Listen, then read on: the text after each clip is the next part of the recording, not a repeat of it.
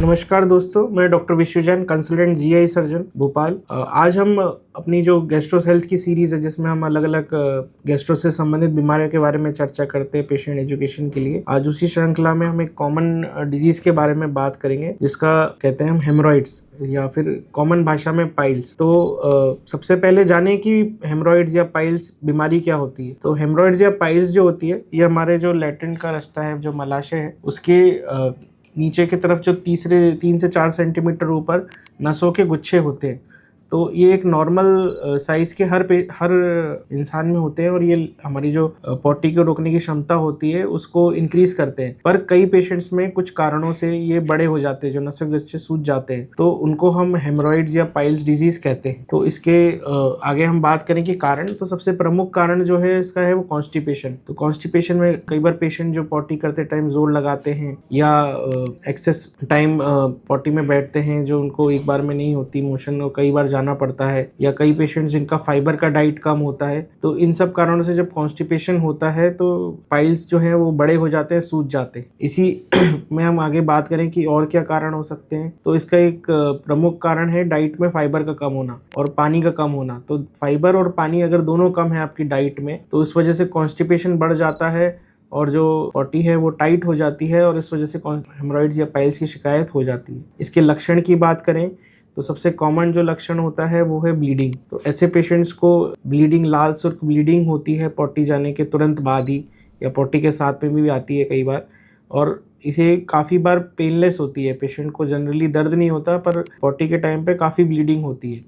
इसके अलावा और क्या क्या लक्षण हो सकते हैं, तो दूसरा लक्षण है इसका दर्द। कई बार जो अगर मस्से हैं वो बहुत ज़्यादा सूज जाते हैं, एक्सटर्नल हेमरॉइड्स हों, तो उसमें दर्द भी पेशेंट को काफ़ी होता है, बैठने में भी समस्या आती है। उसके अलावा लैट्रिन के रास्ते में इचिंग, एक और इचिंग, या फिर वहाँ पे ऐसा लगना कि कुछ चिपका हुआ है, इस तरह की सेंसेशन आना। और चौथा है मस्से फूल जाना। तो कई बार जब लैट्रिन जाते हैं तो मस्से बाहर आ जाते हैं, और उनको पेशेंट को कई बार वो खुद ब खुद चले जाते हैं, या कई बार अपनी फिंगर से अंदर भी पुश करना होता है। तो ये 4 जो है अपने मेन लक्षण हैं पाइल्स डिजीज़ के या हेमरॉइड डिजीज़ के। इसके बारे में बात करें आगे, तो पाइल्स कितने टाइप के होते हैं। तो पाइल्स बेसिकली 2 टाइप के रहते हैं। इनको पहला होता है इंटरनल हेमरॉइड्स, दूसरा होता है एक्सटर्नल हेमरॉइड्स। इंटरनल हेमरॉइड्स जो होते हैं वो जो है पेनलेस रहते हैं, उसमें दर्द नहीं होता पेशेंट को, पर ब्लीडिंग एक मेन समस्या रहती है। दूसरी समस्या होती है कि मस्से जो है वो बाहर आ जाते हैं, खास तौर पे जब मोशन जाते हैं तब। इंटरनल हेमरॉइड्स जो है हम देख रहे हैं कि इसमें डायग्राम जो नीले कलर के दिख रहे हैं,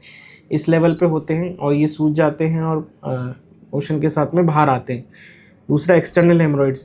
एक्सटर्नल हेमरॉइड्स जो होते हैं वो नीचे की तरफ रहते हैं इस एरिया में, और ये वहाँ की जो स्किन है, वहाँ की जो अंदर का टिश्यू है, उसकी सूजन की वजह से आते हैं, ना कि नसों के सूजन की वजह से।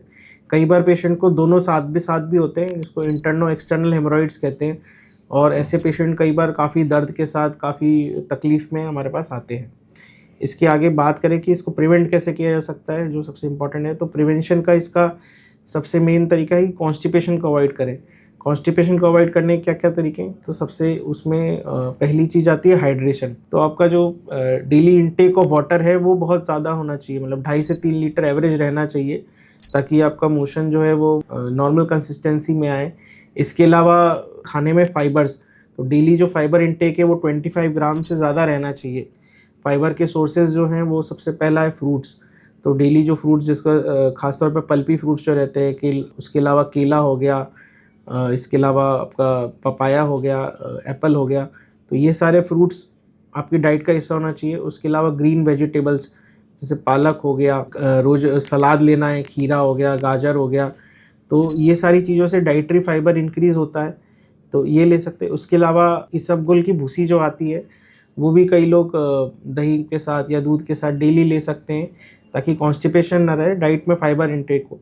और इसके अलावा एक जो और इम्पॉर्टेंट सोर्स है वो है मोटा अनाज या कोर्स ग्रेन्स, जो मल्टीग्रेन आटा होता है, जिसमें साबुत आटा जो होता है बिना रिफाइंड किया हुआ, उसमें भी फाइबर इंटेक, फाइबर क्वांटिटी अच्छी रहती है, जो कॉन्स्टिपेशन को अवॉइड करती है और इस तरह की बीमारियों को प्रिवेंट करती है। इसके बाद आगे ट्रीटमेंट की बात करें हम, तो ट्रीटमेंट इसमें डिपेंड करता है ग्रेडिंग पे। तो पेशेंट को ग्रेड 1, 2, 3, 4 ग्रेड हेमरॉइड हो सकते हैं।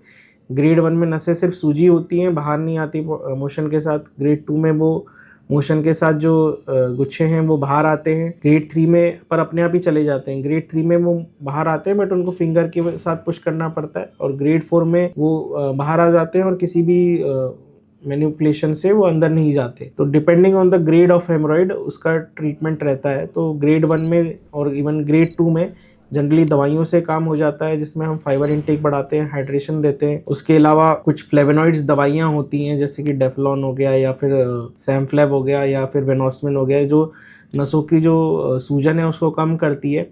उसके साथ साथ पेशेंट को जो है कॉन्स्टिपेशन अवॉइड करने के लिए लैक्सेटिव्स होते हैं, जिसमें पाउडर हो गया, इसबगोल का पाउडर हो गया या लेक्सिटॉल हो गया, इस तरह से जो दवाइयाँ होती हैं ये दी जाती है। और एक ट्यूब होती है जिसमें भी कैल्शियम डोबिसलेट होता है, सिटकॉम आती हैं या फिर एनोब्लिस आती है। ये सारी ट्यूब्स रहती हैं जो लोकल इनमें इंजेक्शन भी रहता है, जो दर्द को भी कम करता है और इसके अलावा नसों की जो सूजन है उसको भी कम करता है। इसके साथ साथ अगर ग्रेड 2 अगर ठीक नहीं हो रहा दवाइयों से भी, और अगर उसके बाद भी प्रॉब्लम बनी हुई है, या ग्रेड 3 है या ग्रेड 4 है, तो इसमें सर्जिकल ऑप्शंस रहते हैं।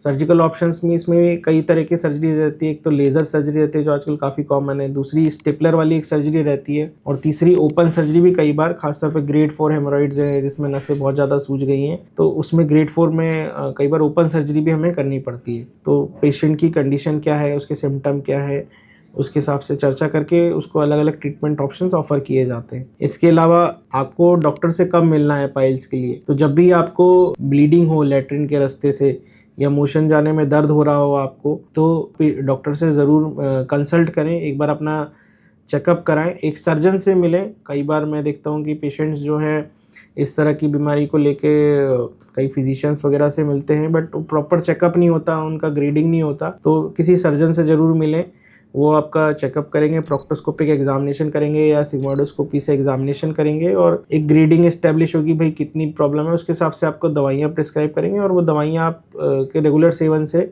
ये ठीक हो जाती है। और इसमें हम बात करें कि ये क्या ट्रीटेबल है, तो बिल्कुल ये ट्रीटेबल प्रॉब्लम है। जैसा कि हमने डिस्कस किया है, इसमें मेडिकल भी ऑप्शन है, सर्जिकल भी ऑप्शन है, और बहुत ज़्यादा हॉस्पिटल स्टे भी नहीं रहता, patient usually next day discharge भी हो जाते हैं। तो ये एक बहुत ही कॉमन प्रॉब्लम है, बट बहुत ट्रीटेबल प्रॉब्लम है, जिसके ऑप्शंस बहुत सारे अवेलेबल हैं। तो बिल्कुल घबराइए नहीं, और अगर कोई भी आपको इस तरह की समस्या रहती है तो तुरंत अपने सर्जन से मिलें। बाकी अगर आपके और कोई डाउट्स भी हैं इस बीमारी से रिलेटेड, तो हमारे कमेंट बॉक्स में टाइप करें, और अपने रिश्तेदारों के साथ, अपने फ्रेंड्स के साथ ये वीडियो आपको अच्छा लगा हो तो ज़रूर शेयर करें। कुछ अगर आपको फीडबैक हो तो कमेंट करें। Thank you.